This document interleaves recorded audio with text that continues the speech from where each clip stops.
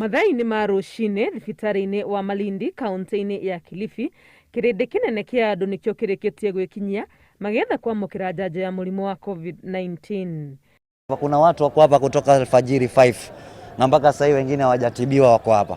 So the thing is, ikiwa kutawekwa stations kila mahali, kila sehemu ambayo tutapunguza usongamano, itakuwa vizuri sana kwetu sisi. Nyota munene uria andu mari naguo wa kwamukira njanjo ino uratuma maroke kwihingurira rucinĩ tene, amwe makioha thabarĩ ndaya gukinya thibitari. Niguo kunyihia mutindikano uria uroneka mathibitari-inĩ uria na ugwati wa gutambia murimu uyu, thirikari ikiurio guthathaura uheani wa njanjo ici nginyagia matũra-inĩ niguo gukinyira andu no huthu. Maombi yangu ni kwamba serikali iweze kujaza titi kuona ya kwamba inalete chanjo za kutosha, na ikilete chanjo za kutosha, chanjo hizi ziwe zinaweza kupelekwa mpaka mashinani. Kwa sababu ukiangalia hivi wale watu ambao wamekuja hapa ni watu ambao labda pengine mtu anaweza kujipeleka hapa, lakini ukiangalia yule mama wa kawaida hawezi kufika hapa ama hawezi kufika vile vituo ambavyo labda pengine vimewekwa.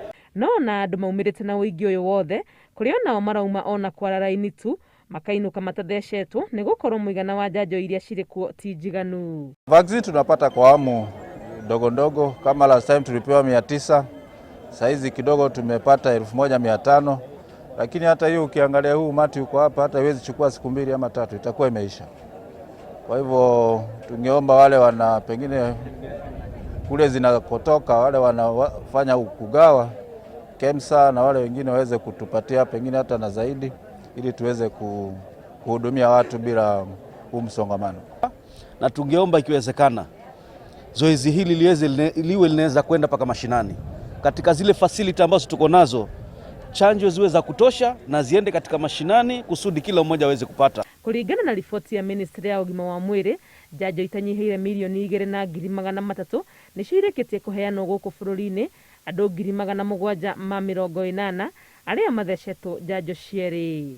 Ngĩribotera Inooro TV, rĩtwa rĩakwa nĩ Wangui wa Mwangi.